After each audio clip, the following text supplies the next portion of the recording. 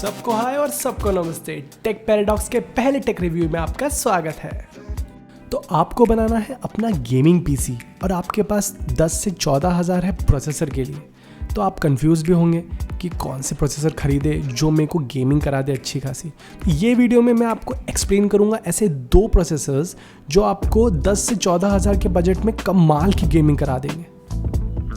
Gaming processors की बात आती है तो मेरे हिसाब से AMD प्रोसेसर्स सबसे बढ़िया होते हैं, क्योंकि भाई कम पैसे में ज़्यादा कोर और ज़्यादा पावर सिर्फ AMD आपको दे सकता है। और जो प्रोसेसर्स के बारे में मैं अभी बात करने जा रहा हूँ वो दोनों प्रोसेसर्स अनलॉक्ड है, मतलब आप उनको ओवरक्लॉक भी कर सकते हो।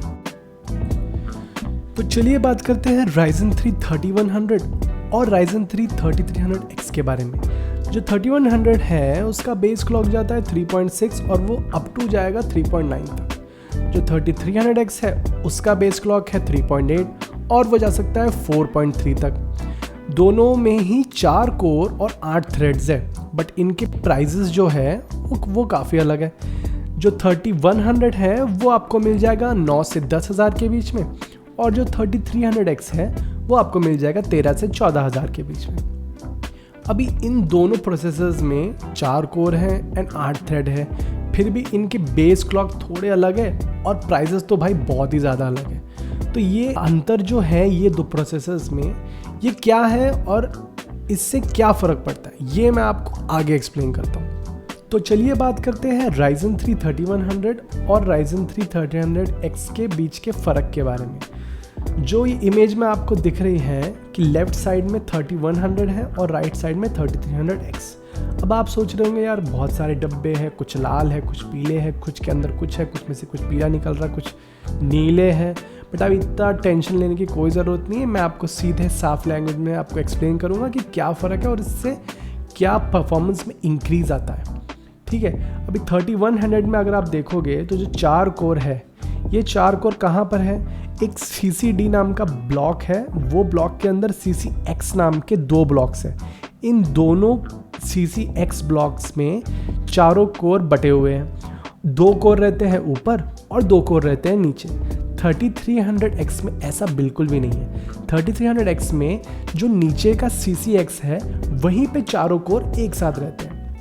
अब इससे क्या फ़र्क पड़ता है, क्योंकि बाकी चीज़ें तो हमको सेम ही दिख रही है। ठीक है, मैं आपको इसके फ़र्क के बारे में बताता हूँ।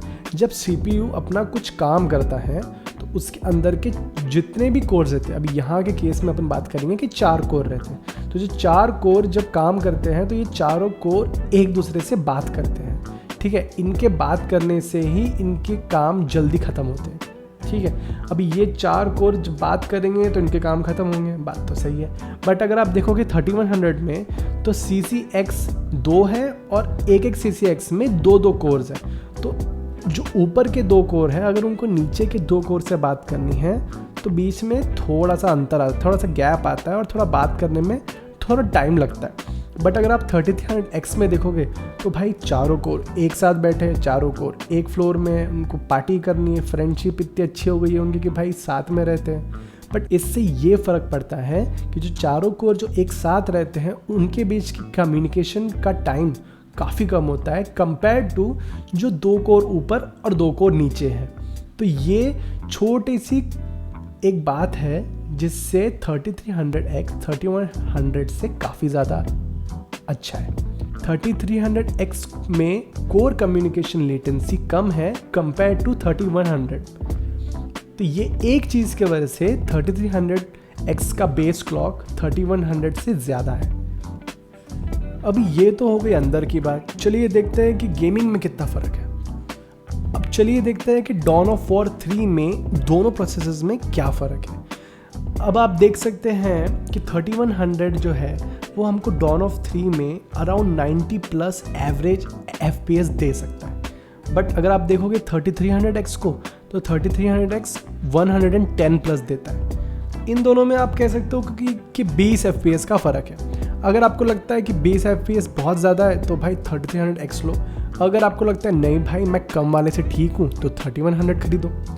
चलिए थोड़ी और गेम्स में देख लेते हैं। Far Cry 5 में 3100 दे रहा है हमको 95.9 FPS एवरेज। ठीक है, 95 प्लस पकड़ लो, और 3300X जो है वो दे रहा है 110 प्लस, 95 प्लस और 110 प्लस, तो वो ऑलमोस्ट 15 FPS का फ़र्क आता है। ठीक है, नेक्स्ट गेम अगर आप देखोगे तो फाइनल फैंटेसी 15, ठीक है, फाइनल फैंटेसी 15 में जो 3100 है वो हमको दे रहा है 144 हर्ट्ज़, भाई 144 हर्ट्ज़ दे रहा है, और 3300X हमको दे रहा है 160 हर्ट्ज़।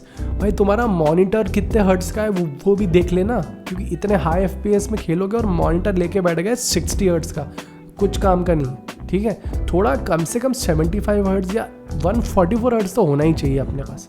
तो यहाँ से तो ये 3 गेम्स में आप देख सकते हो कि परफॉर्मेंस में कुछ 15 से 20 FPS का फ़र्क आता है।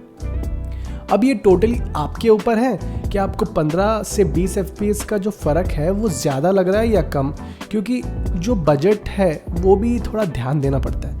जो 3100 है वो 9 से 10,000 के बीच में, और जो 3300X है वो 13 to 14,000 के बीच में है, तो 4 से 5,000 का अंतर तो है इनमें। तो ये आपके ऊपर है कि आपका बजट कितना है, वरना 3100 भी बहुत अच्छा गेमिंग CPU है। और भाई एक चीज़ ध्यान से करना नोट कि अगर आप ये दोनों CPUs में से कोई एक करने वाले हो यूज़, तो साथ में ग्राफिक्स कार्ड लगाना बहुत ज़रूरी है, क्योंकि उसके बिना आपका सिस्टम ऑन नहीं होगा। ठीक है, हाँ तो गाइज आपने क्या डिसाइड किया, कौन सा CPU लेंगे आप?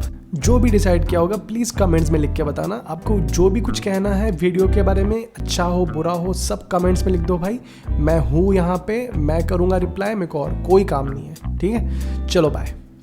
और प्लीज़ भाई सब्सक्राइब ज़रूर करना, बहुत मेहनत की है भाई, पहला वीडियो है।